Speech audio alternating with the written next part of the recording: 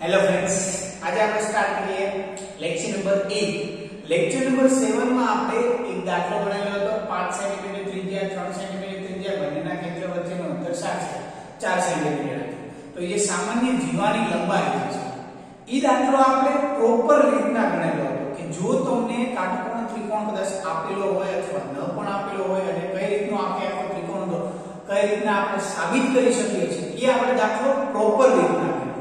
હવે ઈ જ દાખલાને હું તમને શોર્ટ રીતથી શીખવાડું કે જે આપણે યાદ હોય તો આપણે ઈ દાખલો સ્ટાર્ટ કરતા પહેલા જ આપણે કીધું કે આવી રીતના તમને કદાચ ગમે ત્યાં બીજી પ્રકાશનમાં જોશો તો તમને કીધેલું છે કે જે નાના વર્તુળનું સેન્ટર જે છે એ મારો વ્યાસ જે છે સોરી જે મારો જીવા જે છે એનું એક્ઝેક્ટ સેન્ટર બની જશે. ઈ કઈ રીતના બને છે એ દાખલો હવે આપણે પ્રેક્ટિકલી સમજીએ કે શું કહેવા માંગે. બાકીનો જે આપણે દાખલો જે રીતના ગણેલો છે એકદમ પ્રોપર રીતના છે અને એ દાખલો સાચો જ છે, પણ એના એ જ દાખલાને હું હવે બીજી મેથડથી ગણાવું છું. એ વસ્તુ હવે તમે ધ્યાન રાખો. અને એક દાખલો મેં તમને હોમવર્કમાં પણ આપેલો કે જેનું કેન્દ્ર જે છે સોરી એક વર્તુળ જે છે 13 સેન્ટીમીટર નો હોય છે, એક નાનું વર્તુળ 5 સેન્ટીમીટર નું હોય છે અને બંનેના કેન્દ્ર વચ્ચેનું અંતર કેટલું હોય છે 12 સેન્ટીમીટર. તો આઈ થિંક આપણે સપોઝ જે પેલો જે દાખલો ગણેલો છે એ દાખલાને આપણે ગણીએ અને પછી મેં તમને જે હોમવર્કમાં જે દાખલો આપેલો છે એનો પણ હું તમને આન્સર કહું. ફર્સ્ટ નંબરનો જે ક્વેશ્ચન તો સ્વાધ્યાય 10.4 માં પહેલા નંબરનો ક્વેશ્ચન આપણે પ્રોપર રીતના ગણ્યો. હવે એના અહીંથી ક્વેશ્ચનને આપણે શોર્ટ રીતના ગણીએ. કઈ રીતના ગણી શકાય એ હવે આપણે જોઈએ.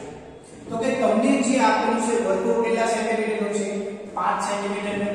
તો હવે આપણે લઈએ છીએ 5 સેન્ટીમીટરનું વર્તુળ. લઈ લીધું 5 સેન્ટીમીટરનું વર્તુળ. તેનું કેન્દ્ર લઈ લઉં છું હું Q લઈ લઉં છું, તેનું કેન્દ્ર લઈ લઉં છું હું P કેન્દ્ર લઈ લઉં છું, કેટલાનું લઈ લઉં છું P કેન્દ્ર. ઇટ મીન્સ કે P નું અંતર અહીંયા વર્તુળના કોઈ પણ બિંદુ સાથે જોડું. વર્તુળના કોઈ પણ બિંદુ સાથે જોડીશ તો આ કેટલું અંતર થઈ જશે 5 જ થશે, કારણ કે મારું આ જે વર્તુળ જે છે કેટલા સેન્ટીમીટરનું છે 5 સેન્ટીમીટરનું છે. તો વર્તુળના કોઈ પણ બિંદુ સાથે હું જોડીશ તો કેટલું થશે 5 સેન્ટીમીટર થશે. તો વર્તુળની અંદર બિંદુ કેવો હશે 5 કરતા નાનું હશે, જેનું અંતર કેન્દ્રથી થોડું નાનું હોય એટલે 5 સેન્ટીમીટર કરતા નાનું હશે તો જ મારું બિંદુ કેવો હશે વર્તુળની અંદર આવેલું છે. હવે આપણે જોઈએ બીજું વર્તુળ કેટલા સેન્ટીમીટરનું છે 3 સેન્ટીમીટર અને બંને વર્તુળના કેન્દ્ર વચ્ચેનું અંતર તમને આપેલું છે કેટલું 4 સેન્ટીમીટર. તો હવે આપણે 3 સેન્ટીમીટર ત્રિજ્યાવાળું વર્તુળ આપણે પછી દોરીએ. પહેલા આપણે આ એક રેખાખંડ દોરીએ. કેટલાનો 4 સેન્ટીમીટર. કેમ કે આ વર્તુળનું કેન્દ્ર છે. હવે બીજું વર્તુળનું કેન્દ્ર ક્યાં આવશે તો કે 4 સેન્ટીમીટર દૂર આવશે. હવે 4 સેન્ટીમીટર દૂર મીન્સ કે કેટલું થશે આનાથી થોડુંક નજીક થશે, કારણ કે જો આનાથી વધશે સપોઝ આની આ ત્રિજ્યા માં આવી લઉં અને જો આનાથી મેં આ વધાર્યું તો આટલા લગીનનું અંતર કેટલું હતું આપણે જોઈએ કે આટલા લગીનનું અંતર આનું કેટલું હતું મેક્સિમમ 5 જ હતું, કેમ કે 5 સેન્ટીમીટર ત્રિજ્યાવાળું વર્તુળ હતું. જો હું વર્તુળની બહાર એક બીજું બિંદુ લઈ લઉં આ તો એ 5 કરતા તો વધી ગયું ને, તો હંમેશા 4 સેન્ટીમીટરનો જે રેખાખંડ છે કેવો આવશે વર્તુળની અંદર જ આવશે. આપણે આગળના દાખલામાં જોયું પ્રોપર રીતના આપણે ગણવા ગયા તો આપણે શું હતું કે કેન્દ્રની બહાર વર્તુળ લઈ લીધું. તો આપણે કઈ રીતના દાખલો ગણી શકાય એ આપણે જોયું. તો અહીંયા આપણે 4 સેન્ટીમીટર ત્રિજ્યાવાળું વર્તુળ કીધું એટલે મીન્સ કે શું હશે આ 5 કરતા નાનું એટલે મીન્સ કે અહીંયા કઈ હોવું જોઈએ આની અંદર હોવું જોઈએ. તો ઈ મેં લઈ લીધું ક્યાં અહીંયા લઈ લીધું. તો આ બંને આનું આપણે કેન્દ્રનું નામ આપી દઈશું Q નામ આપી દીધું. હવે આ કેટલા સેન્ટીમીટરનો રેખાખંડ છે તો કે 4 સેન્ટીમીટરનો રેખાખંડ છે. ઓકે, હવે આપણે શું કરવું છે 3 સેન્ટીમીટરનું વર્તુળ. તો 3 સેન્ટીમીટરનું વર્તુળનું કેન્દ્ર આપણે શું લઈ લઈએ Q, કારણ કે આ બંનેનું કેન્દ્રનું વચ્ચેનું અંતર કેટલું છે 4 સેન્ટીમીટર છે. હવે આપણે 3 સેન્ટીમીટરનું વર્તુળ દોરીએ તો સમથિંગમાં આપણે જોઈએ તો કંઈક આ પ્રકારનું થશે.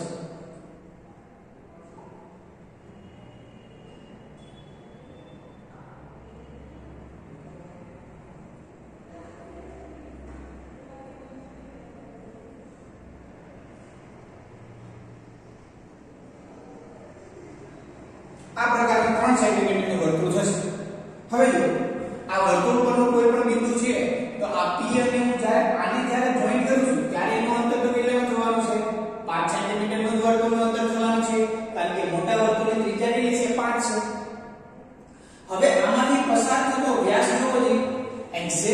શેમાંથી પસાર થશે તો કે જે કેન્દ્રનું હતું ને બિંદુ એમાંથી આ વ્યાસ મારો પસાર થયો તો આને A કહી દઉં અને B કહી દઉં આને હું શું નામ આપું છું B નામ આપું છું B તો જો એ ક્યાંથી પસાર થાય છે કે જે 3 સેન્ટીમીટર ત્રિજ્યાવાળું વર્તુળનું કેન્દ્ર હતું ને એ કેન્દ્રમાંથી જ મારું શું થશે જીવા પસાર થશે ઇટ મીન્સ કે આમ ગણો તો શું થઈ ગયું વ્યાસ છે ખ્યાલ આવ્યો આમ ગણો તો એ શું થઈ ગયું એ વ્યાસ છે ધારો કે એ બિંદુ શું આપેલું છે અહીંયા આપણે લખેલું છે કયું બિંદુ આપેલું છે ખ્યાલ આવ્યો આપણે 5 સેન્ટીમીટર ત્રિજ્યાવાળું વર્તુળ દોર્યું પછી એમ કીધું છે કે તેના કેન્દ્રથી 4 સેન્ટીમીટર એટલે કે વર્તુળની બહાર તો નીકળવાનું નથી ક્યાં રહેવાનું છે વર્તુળને એક્ઝેક્ટ અંદર જ રહેવાનું છે એટલા માટે આ 4 સેન્ટીમીટર ત્રિજ્યાવાળું વર્તુળ દોર્યું તો અહીંથી હવે આ શું થઈ ગયું બીજા વર્તુળનું કેન્દ્ર થઈ ગયું તો હવે તમને કીધું છે કે 4 5 સેન્ટીમીટર ને હવે તમને કીધું 3 સેન્ટીમીટર તો એ 3 સેન્ટીમીટરનું વર્તુળ ક્યાંથી થશે Q ને કેન્દ્ર લઈને હવે આપણે આ જે દોરીએ છે વર્તુળ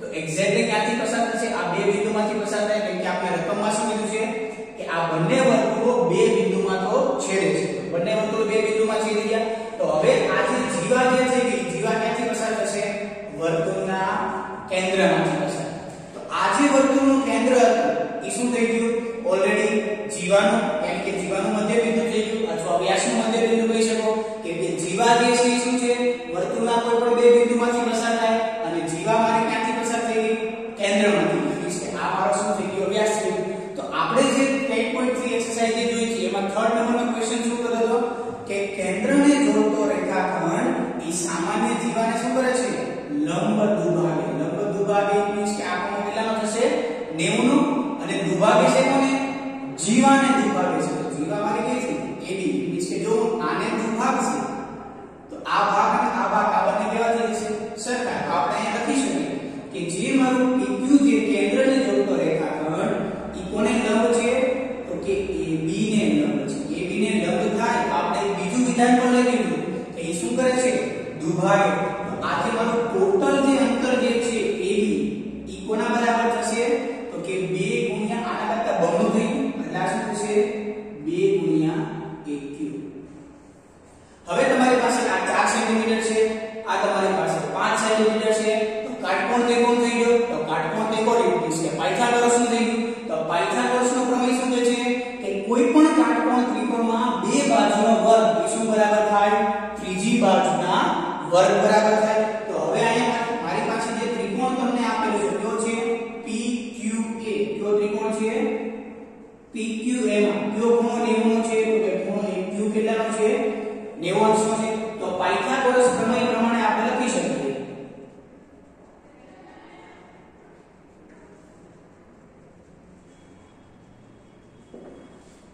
નેવુંના ખૂણાની સામેની બાજુ હંમેશા શું થઈ જાય કર્ણ એટલે કે કર્ણનો વર્ગ એટલે મારી પાસે કોણ થશે કર્ણ મારી પાસે કોણ છે તો કે PA ઇટ મીન્સ કે PA નો સ્ક્વેર બરાબર કર્ણનો વર્ગ બરાબર શું થાય બાકીની બે બાજુના વર્ગોનો સરવાળો યાદ રાખજો આ વસ્તુ ખાસ ઇમ્પોર્ટન્ટ છે બાકીની બે બાજુ કોણ છે PQ નો વર્ગ અને બીજી બાજુ કોણ છે તો કે AQ નો વર્ગ આ બંને બાજુના વર્ગ તો પેલો પણ વર્ગના કોના બરાબર થાય છે તો કે સરવાળા બરાબર થાય છે તો હવે તમારી પાસે PQ નું માપ છે કેટલું તો કે 5 નો સ્ક્વેર PQ નું માપ છે 4 નો સ્ક્વેર અને PA નું માપ છે તમારી પાસે 5 નો સ્ક્વેર અને AQ નું માપ તમારી પાસે ખ્યાલ નથી જો મારી પાસે AQ નું માપ ખબર પડી જાય તો મારી જે જીવા મેળવવાની છે એ મને મળી જશે તો હવે આની ઉપરથી આપણે શું મેળવી લઈએ AQ નું માપ 5 નો વર્ગ થઈ ગયો તમારી પાસે 25 4 નો વર્ગ થઈ ગયો 16 અને આ AQ સ્ક્વેર m હવે આપણે શું કરીએ AQ ને કરતા બનાવીએ એટલે 16 માઈનસ શું થઈ જશે 25 થઈ જશે ચલો હું શું બનાવું છું AQ ને કરતા એટલે કે 25 માઈનસ 16 તો હવે મારી પાસે AQ બરાબર કેટલો આવી ગયો 9 અને હવે મારે જોઈએ છે ઓન્લી ફોર AQ સ્ક્વેર જોતા નથી તો વર્ગને દૂર કરો તો સામેની બાજુ શું થશે વર્ગમૂળ થાય અને વર્ગમૂળ ઓલવેઝ કેવું હોય પ્લસ ઓર માઈનસ હવે મારું અંતર ક્યારે કેવું હોય નેગેટિવ હોય નહીં તો એટલા માટે જ્યારે હું આનું વર્ગમૂળ કાઢીશ આનું વર્ગમૂળ મને કેવું મળશે પ્લસ ઓર માઈનસ 3 ખરેખર મારે આની બે પોસિબિલિટી થશે એક તો AQ બરાબર -3 થાય અને AQ બરાબર કોણ થશે 3 બરાબર અંદર પર -3 હશે નહીં હવે હું એમ કહું કે 3 મીટર નું ચાલે, મેં કોઈને કીધું કે -3 મીટર ચાલે નહીં, એટલે કે AQ નું માપ જે છે એ ઓલવેઝ શું પ્લસ પોઝિટિવ પ્લસ, એટલા માટે હું અહીંયા શું લખી નાખું છું AQ બરાબર 3. હવે આની કિંમત ક્યાં મૂકી દઉં? આ સમીકરણ 1 માં મૂકી દઉં, લખી નાખું કે ભાઈ સમીકરણ 1 પરથી AB બરાબર 2 ગુણ્યા AQ, AB બરાબર 2 ગુણ્યા AQ એટલે કે 3, કે AB બરાબર 6 સેન્ટીમીટર, કારણ કે આ માપ કેવું છે સેન્ટીમીટરમાં તમને મળશે. શેમાં મળશે? સેન્ટીમીટર. ખ્યાલ આવે કે વિદ્યાર્થી મિત્રો એ દાખલામાં અને આ દાખલામાં કેટલો ડિફરન્સ? આપણે શું લીધું કે આ જે PQ છે એ વર્તુળની બહાર લઈ લીધું, વર્તુળની બહાર લીધું એટલે કે આપણે ઓલી બીજી મેથડ કરી કે ભાઈ કોણ 90 નો બનાવ્યો, પછી 90 + 90 180 કર્યા, બંનેનો સરવાળો કર્યો, રેખી જોડની જોડ બનાવી, એક સીધી રેખા થઈ ગઈ, તો એનો જે સરવાળો છે એ બે ભાગના સરવાળા બરાબર થશે. તો આ દાખલો વિદ્યાર્થી મિત્રો એકદમ ઈઝીમાં ઈઝી થઈ ગયો તમારી પાસે. ખ્યાલ આવ્યો કઈ રીતના દાખલો બનેલો છે? હવે આનો આ જ દાખલો મેં તમને જે હોમવર્કમાં આપેલો છે એ દાખલો આપણે સોલ્વ કરીએ.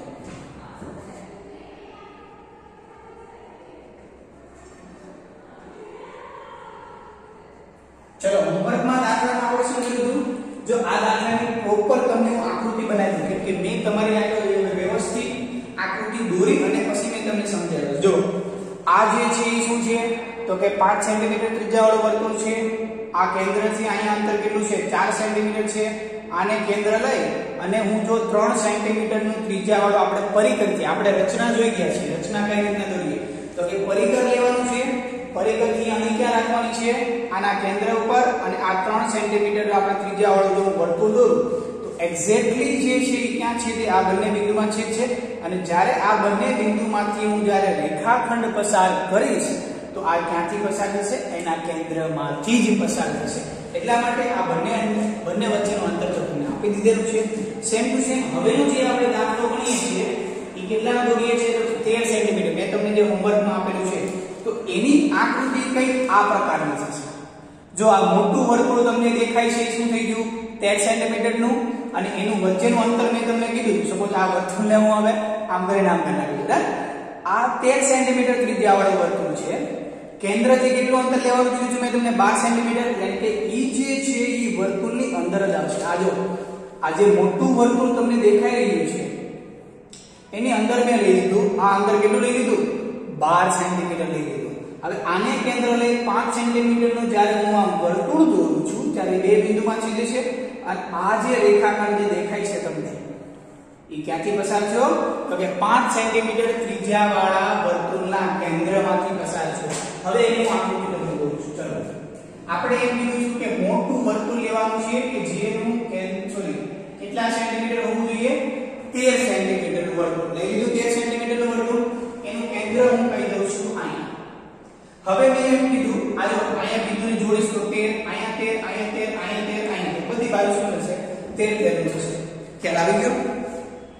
ચલો હવે આપણે 12 સેન્ટીમીટર કીધું. તમને એમ કીધું કે ભાઈ 13 સેન્ટીમીટર નું વર્તુળ છે, પછી 12 સેન્ટીમીટર નો રેખાખંડ છે, અને 5 સેન્ટીમીટર નું વર્તુળ છે. આ વસ્તુ તમને આપેલી છે.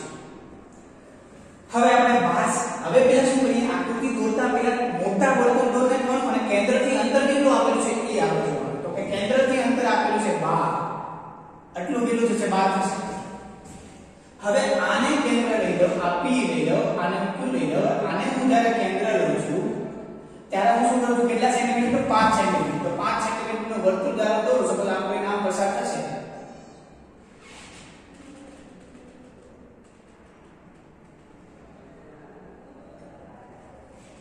આ રીતે દોરી શકો છો. આ શું છે? 5 સેન્ટીમીટર વર્તુળ. હવે ક્યાં છેદે છે? તો કે ધારો કે A અને B બિંદુમાં છેદે. હવે આ બે બિંદુને જ્યારે જોડશો ને ત્યારે ક્યાંથી પસાર થશે? ઓલવેઝ આના કેન્દ્રમાંથી જ પસાર થશે. આપણે આકૃતિ જોઈ. ખ્યાલ આવી ગયો? આ ક્યાંથી પસાર થશે? આના કેન્દ્રમાંથી. હવે આનું અંતર તમને આપેલું છે 12, આનું અંતર તમારી પાસે 13. તો પાયથાગોરસના પ્રમેય પ્રમાણે આ તો કેવાનો છે? 90 થવાનો. કેમ કે કોઈ પણ બે વર્તુળના કેન્દ્રને જોડતો રેખાખંડ એ જીવાને હંમેશા શું કરે છે? લંબ દ્વિભાજે છે.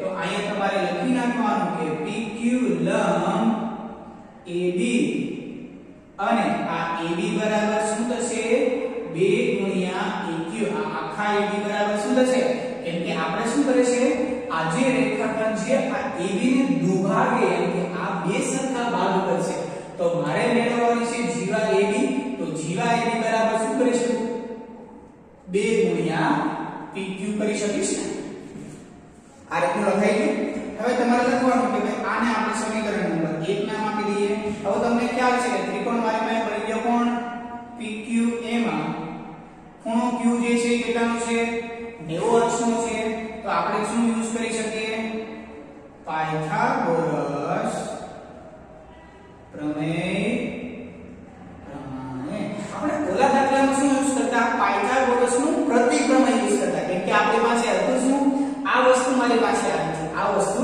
મારી પાસે આવી છે એટલા માટે હું પાયથાગોરસનો પ્રતિપ્રમેય યુઝ કરતો પણ ઓલરેડી મારી પાસે તો જો 90 અંશનો ખૂણો છે એટલે હું પાયથાગોરસનો પ્રમેય યુઝ કરી શકીશ ચલો હવે આમાં પાયથાગોરસનો પ્રમેય એટલે 90 ના સામેની બાજુ કોણ થશે PA નો સ્ક્વેર બરાબર બાકીની બે બાજુ એટલે કે PQ નો સ્ક્વેર વત્તા QA નો સ્ક્વેર જો આને તમારે પ્રોપર મેથડથી લખવું હોય તો પેલું વિધાન આ લખી નાખવાનું જો આ દાખલો તમને પ્રોપર મેથડથી લખાવું છું જેથી કરીને તમે આ બીજી રીત પણ યુઝ કરી શકો ચલો અહીંયા તમારી પાસે લખવાનું કે PA બરાબર છે 13 સેન્ટીમીટર PQ બરાબર છે 12 સેન્ટીમીટર અને તમારી પાસે આનું માપ જે છે શું કીધું છે વર્તુળના કેન્દ્રથી કોઈ પણ વર્તુળ આ ઓલરેડી તમને કેટલાનું આપેલું છે 5 નું આપેલું છે કેટલાનું આપેલું છે 5 નું આપેલું કેમ કે 5 સેન્ટીમીટર નું ઓલરેડી તમને શું દોરવાનું કીધું છે રેખાખંડ દોરવાનું કીધું છે તો પણ આપણે શું કરીએ છીએ કે આમાં ભાઈ આપણે 90 અંશનો ખૂણો એ બતાવીએ છીએ કે આ ખૂણો કેટલાનો બને છે 90 અંશનો ખૂણો બને છે એટલા માટે 90 નો બન્યો એટલા માટે હું આ વસ્તુ લખી શકું છું ખ્યાલ આવી ગયો ચલો તો હવે આપણે જો આમાં યુઝ કરવો હોય પાયથાગોરસનો પ્રમેય તો આપણે કઈ રીતના યુઝ કરી શકીએ છીએ હવે જે માપ આપેલું છે લખી નાખીએ આ માપ કેટલાનું આપેલું છે 5 નું આપેલું છે એટલે કે QA બરાબર 5 સેન્ટીમીટર હવે આપણે બધાનો વર્ગ કરી નાખીએ બધાનો વર્ગ કરીએ એટલે કે શું થશે PA નો સ્ક્વેર બરાબર 13 નો વર્ગ બરાબર 169 સેન્ટીમીટર સ્ક્વેર PQ નો સ્ક્વેર બરાબર 12 નો સ્ક્વેર એટલે કે 144 સેન્ટીમીટર સ્ક્વેર QA નો સ્ક્વેર બરાબર 5 નો સ્ક્વેર એટલે કે 25 સેન્ટીમીટર સ્ક્વેર આ બંનેનો સરવાળો કરો તો તમને શું મળી ગયું ઉપરનો ખૂણો મળી ગયો હવે ઉપરનો ખૂણો મળી ગયો એટલે સ્કાઈ લખી નાખવાનું માટે કે ભાઈ PA સ્ક્વેર બરાબર શું થશે PQ સ્ક્વેર વત્તા QA સ્ક્વેર અયુબ નહીં ચલો હવે સમજ આને ભૂલી જાઓ તમે કોને ભૂલી જાઓ આને ભૂલી જાઓ આ જે રેડ ટાઈપનું વર્તુળ છે એને તમે ભૂલી જાઓ હવે આપણે એક પ્રમેય જોઈએ કે વર્તુળની જે આ વર્તુળની જો વર્તુળના કેન્દ્રમાંથી પસાર થતી રેખા જો લંબ હોય કેવું હોય જો લંબ હોય તો જીવાને શું કરે દુભાગે ના દુભાગે બે સરખા ભાગમાં દુભાગે ઈ જ કોન્સેપ્ટનો હવે જો અહીંયા આપણે યુઝ કરીએ લંબ પેલા થવો જોઈએ તમારી પાસે શું થવું જોઈએ આ વસ્તુ લંબ થવું જોઈએ અત્યારે તમારી પાસે ટાઈમ નથી અત્યારે તમારે ઓનલી ફોર આ વસ્તુ છે લંબ તમારી પાસે નથી તો આના મદદથી તમે લંબ બનાવી નાખ્યો તો આપણે કહી શકીએ કે આ જે ખૂણો બન્યો પાયથાગોરસના પ્રતિપ્રમેય પ્રમાણે આ લખી શકીએ કે ભાઈ પાયથાગોરસના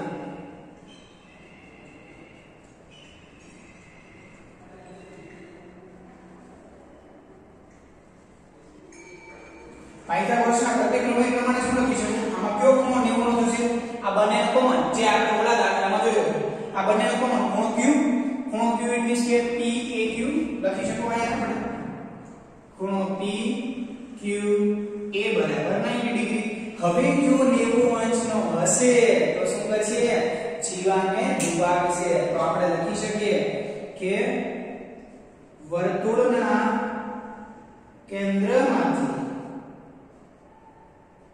પસાર થતી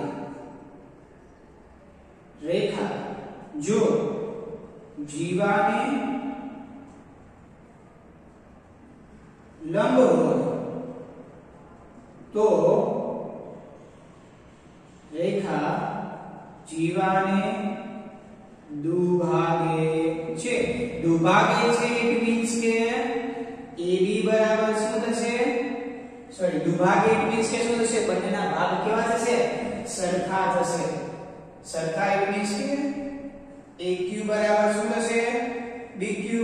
જો મારે આખું માપ AB મેળવવું હોય તો હું લખી શકું 2 ગુણ્યા AQ. હવે AQ નું માપ તો તમને ખ્યાલ છે કેટલું છે? 2 ગુણ્યા 5. ઇટ મીન્સ કે AB બરાબર કેટલું આવી ગયું? 10 સેન્ટીમીટર. ખ્યાલ આવી ગયો વિદ્યાર્થી મિત્રો? તો આ દાખલો તમારો થઈ ગયો પ્રોપર મેથડ થી. સેમ મેથડ નંબર 1 તો આપણે જોઈ લીધું અને આ દાખલામાં શું છે? Method number 2. અહીંયા આપણે લઈ લીધેલો તો કે ભાઈ આ વસ્તુ થશે અને અહીંયા આપણે જો સાબિત કરીને બતાવ્યું. તો તમારે આ દાખલો આ મેથડ થી નથી યુઝ કરવો. આપણે આ દાખલાને રફ કરી નાખીશું. ઓકે, ચલો આ દાખલાને આપણે રફ કરી નાખીએ. હવે આજે હોમવર્ક વાળો જે દાખલો જે છે એ રીતના તમારે બધા જ દાખલા ગણી શકો છો. ખ્યાલ આવી ગયો કે ભાઈ તમને આ બધાનું માપ આપેલું છે. પછી પાયથાગોરસના પ્રમેય ઉપરથી તમે 90 અંશનો બતાવી દીધા કે વર્તુળના કેન્દ્રમાંથી પસાર થતી તિરાડ કેવું છે? લંબ છે. લંબ છે યાની કે દુભાગે છે. દુભાગે છે એટલે કે બે સરખા ભાગ કરે છે. આ તમારી પાસે વિદ્યાર્થી મિત્રો શું આવ્યું છે? આ બે સરખા ભાગ કરે. બે સરખા ભાગ કરે તો આખાનું શું થઈ ગયું? અડધું થઈ ગયું. કારણ કે મારે જો આખું જોતું હોય તો અડધાનું ડબલ કરો. એકમાં વાપર્યું છે આ થઈ ગયું. ઈ વસ્તુ ક્યારે થશે? જ્યારે આ પાયથાગોરસનો પ્રમેય સાબિત થશે ત્યારે. તો તમને જો એક્ઝામ્પલમાં આપેલું હોય પાયથાગોરસની ત્રિપુટી. પાયથાગોરસની ત્રિપુટી તમે 8મા ધોરણમાં ચેપ્ટર નંબર 6 માં ભણી ગયા કે ભાઈ 4 3 5 ને પાયથાગોરસની ત્રિપુટી કહેવાય. 5 12 13 7 24 25 8 15 17 9 40 41 10 24 46. આમાં શું દર્શાવે છે? આ જે કોલમ જે છે આ બધા જ શું દર્શાવે છે? મોટી બાજુ છે એટલે કે આ દર્શાવશે કર્ણ દર્શાવશે.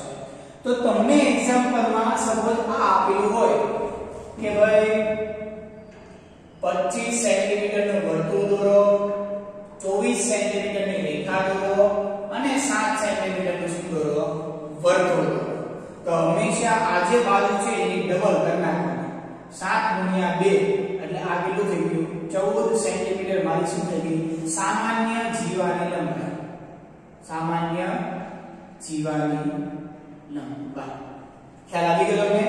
સપોઝ એવી રીતના હું આપણે આ પેન લઈ લઉં તો આ પેનમાં 24 સેન્ટીમીટર સૌથી મોટું છે તો કે 24 સેન્ટીમીટર નું વર્તુળ દોરો. તેના કેન્દ્રથી રેખાખંડનું માપ કેટલું લઈ લો? 24 લઈ લો અને બીજું વર્તુળ કેવું દોરો? 10 સેન્ટીમીટર. જે વર્તુળ નાની બાજુ છે જો પાયથાગોરસની ત્રિપુટી છે અને એ વર્તુળની નાની બાજુ છે એટલે કે નાનું વર્તુળ છે એનું ત્રિજ્યા કેટલી છે? 10 સેન્ટીમીટર છે. તો આ 10 ને આપણે શું કરી નાખવાના? બમણા કરી નાખવાના એટલે તમને 20 મળશે અને આ 20 તમને શું મળશે? સામાન્ય જીવાની લંબાઈ. આપણે જોયું સૌથી નાનું વર્તુળ 3 ના ડબલ 6. અહીં આપણે 5 સેન્ટીમીટર લીધું. 5 ના ડબલ 10. 7 લે તો 14, 8 લે તો 16, 9 લે તો 18, 10 લે તો 20. તો આવી રીતના આવી તમને MCQ માં પણ પૂછાઈ શકે કે ભાઈ સામાન્ય જીવાની લંબાઈ મેળવો. તો કઈ રીતના મેળવવાની? બધી જ રીત જો તમને મેં બે રીત કરાવી, એક આગળનો દાખલો અને એક આ દાખલાને યાદ રાખજો કે આપણે આ દાખલો કર્યો એ આપણે પહેલા લંબ લઈ લીધેલો હતો પણ ખરેખર લંબ પહેલા લેવાનો નહોતો. તો આ જે દાખલો જે છે આ પ્રોપર રીતના ગણેલો છે. તો તમારે આ જ રીતના જો તમે દાખલો ગણવા માંગતા હો તો તમે ગણી શકો. ખ્યાલ આવી ગયો? અને આ થઈ ગઈ પાયથાગોરસની ત્રિપુટી. તો આવી રીતના તમને અલગ અલગ માપના તમને એક્ઝામ્પલ જે છે એ પૂછી શકે છે. ઓકે વિદ્યાર્થી મિત્રો, કોઈ પણ જાતનું કન્ફ્યુઝન ના રાખતા કારણ કે દાખલો જે છે એકદમ ઈઝી છે. આપણે અલગ અલગ મેથડથી 3 રીતની દાખલો ગણેલો છે પણ તમારે ખાલી મગજમાં જે તમને યાદ રહે છે એ જ રીત તમારે યાદ રાખવાની છે. એક રીત આને આગળના લેક્ચરમાં અને બીજી રીત આ રીત. આ રીતને યાદ ના રાખતા. અહીં જે બ્લુ લાઈન છે સર્કલ એ રીતના આપણે પેલા બધાના માપ લખો, બધાનો વર્ગ કરો, ખૂણો 90 નો બતાવવાનો, 90 નો બતાવી દીધું એટલે જીવાને દુભાગશે, જીવાને દુભાગશે એટલે બે સરખા ભાગ કરશે તો આખો ભાગ તેના અડધા ભાગ કરતા પ્રમાણ થશે. બસ ઇન શોર્ટ પતી ગયું. ઓકે, ચલો મળીએ ફરીવાર નવા લેક્ચર.